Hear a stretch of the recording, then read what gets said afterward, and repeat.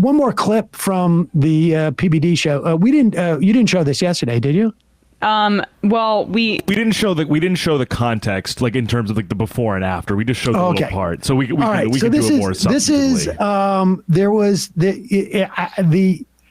I had said to Patrick Bet-David, who I believe is worth $200 million, maybe more, I don't know, whatever it is.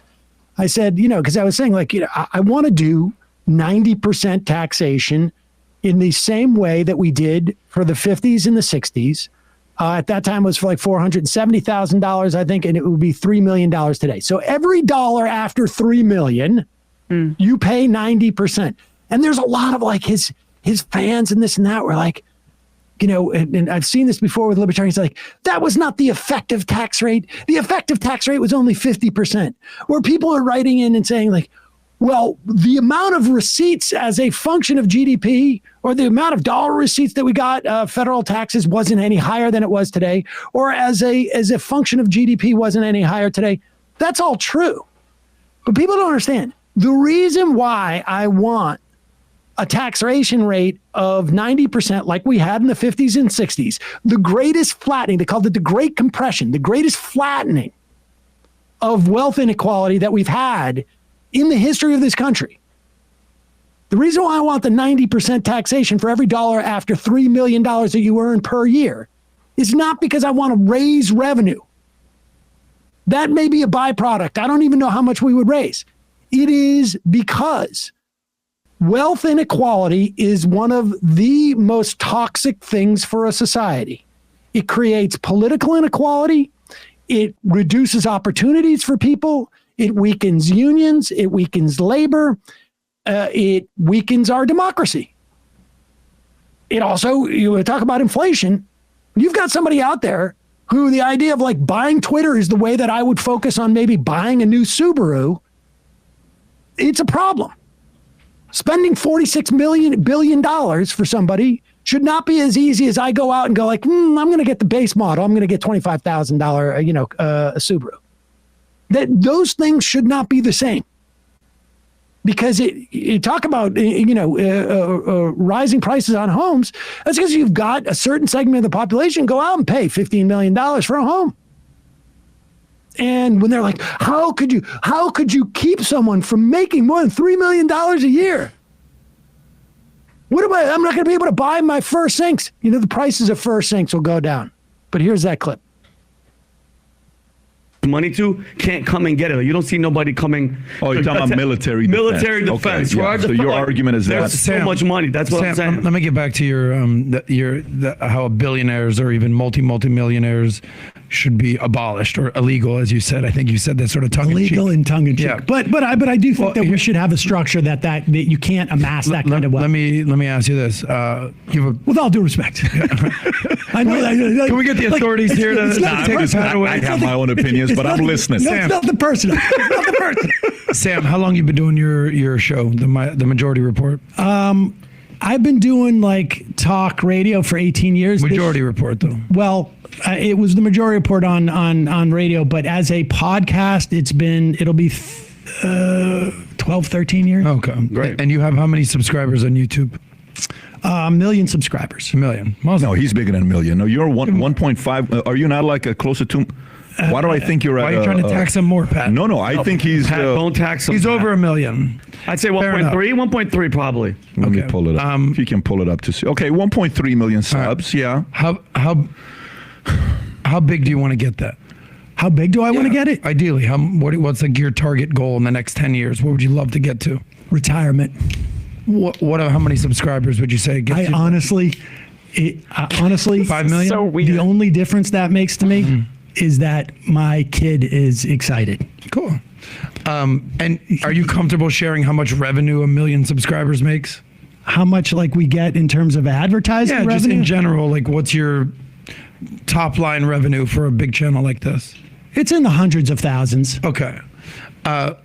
Now, let's say you got it up to 5 million. Let's just say you want to get retired. You want your kid to be proud of you. And here comes Spotify or here comes Rumble. You probably wouldn't be comfortable with Rumble, but look, here comes some big media outlet that says, Sam, you're killing it. Dude. You are killing it. We want to give you a $250 million deal to take you. You, Sam Seder, will get a $250 million deal. Congratulations. You got to take all your stuff off YouTube. We're going to put you over onto Spotify, sort of reminiscent of a Joe Rogan type deal. Okay. You're a few years away. You're not there yet, but you'll get there. What would you say if they said, we want to give you $250 million? How would you feel comfortable accepting that kind of money? Sure. I mean, I don't know if I would. You would take it? I mean, I don't know if I would want to actually go onto Spotify to get behind a paywall. Let's say YouTube wanted to give you $250 million. If somebody came up to me and gave me $250 million, sure. You would take it? Well, yeah, of course. Okay, so by your own logic, should you now go to jail? What? If you made $250 million... I'm not suggesting that Patrick should go to jail. I'm talking about you, Sam. No, I'm not talking about hypotheticals. I am saying that I believe the tax rate.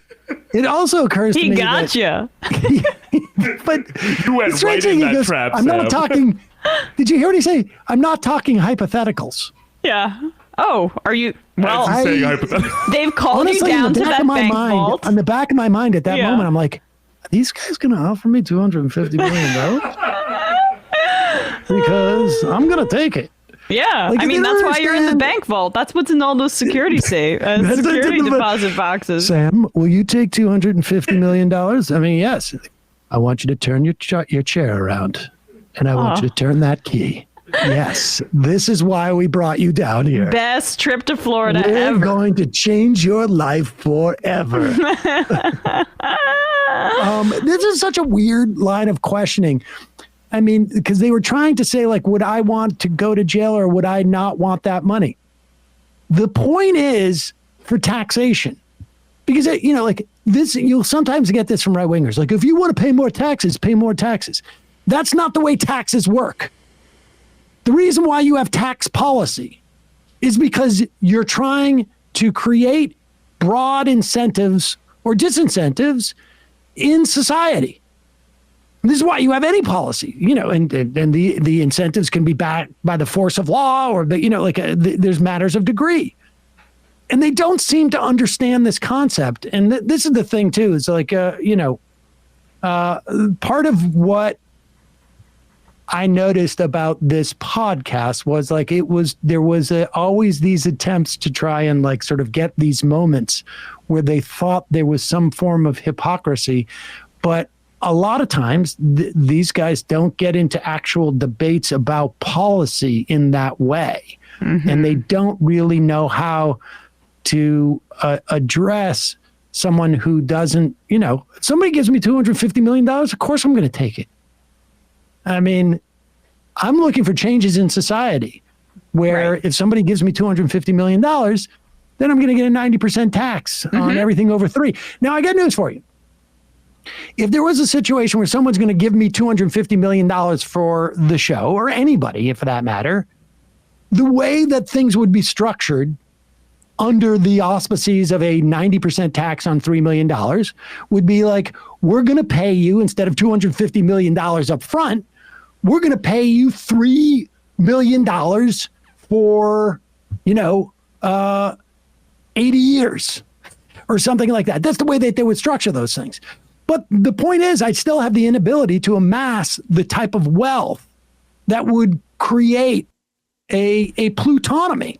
Yeah, you would take that $250 million. Rather. Well, I mean, I'm sure you get to this, right? Like, you take the $250 million, and then it would be taxed at that rate. Yeah, I think that's. I had forgotten this whole. It's like such an easy answer, and he thought you got you in a trap. Watch this. It goes. I'm not talking about hypotheticals. I am saying that I believe the tax rate should be top marginal tax rate should be over about $3 million, about 90%. So if they give you a four-year deal, if the taxes are that's $75 million a year. Yes, I should go to jail. Okay, that's fine. If what? If the taxes are at that level and I don't pay the taxes, you're talking about tax evasion. But I'm not saying that people should go to jail because they make a lot of money. I'm saying as a society, you did say that. You were sort of joking. No, I was joking. I'm appreciating the joke, but what I'm asking saying he was like you're not appreciating the totally, joke. totally appreciating Totally opposite of appreciating the joke.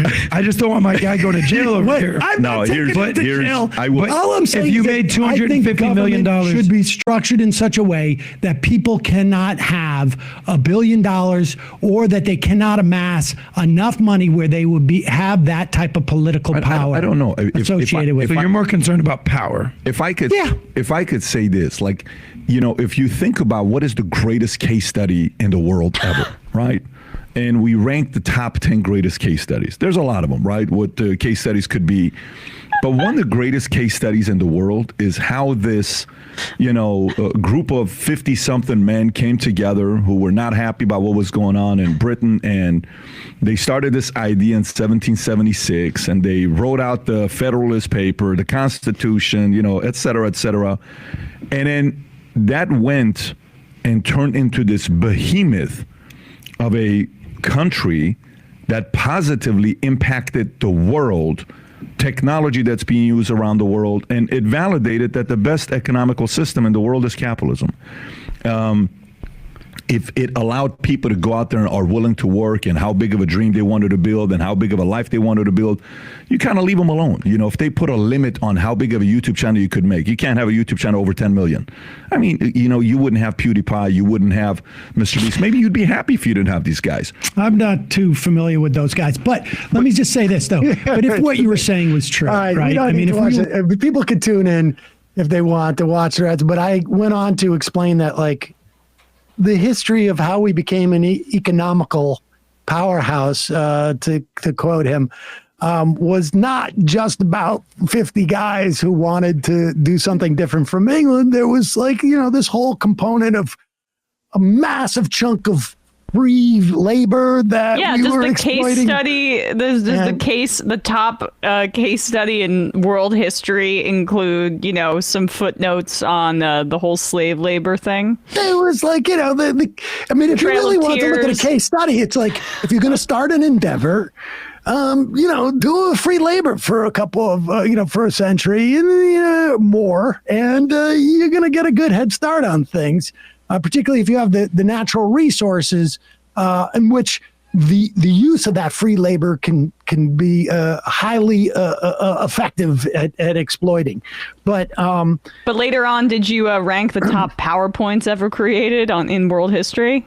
I didn't know the case studies, and I didn't know PewDiePie. Apparently, PewDiePie is Swedish, and they were really knocking Scandinavian countries. I mean, if it wasn't for Sweden, we'd never have PewDiePie. I don't. I vaguely have some awareness that a PewDiePie exists somewhere, because I just remember it sounding like Pootie Tang, but I don't know. But there it is. We will I think eventually post this, but I encourage you go watch it there. It's interesting to see the comments. I'm curious as to who the people are that watch that show. But I will say they were very nice. They were, it was perfectly, and they, the whole operation that they have there is impressive. I'm curious to see how it does, business wise, because that's a big sort of operation they have there, and it's coming at a time where a lot of operations like that in this industry are hurting. I only know that from listening to interviews on stuff, but there it is. It is. I just hope that at one point they're going to call and go you forgot your money in the in one of the safety deposit box.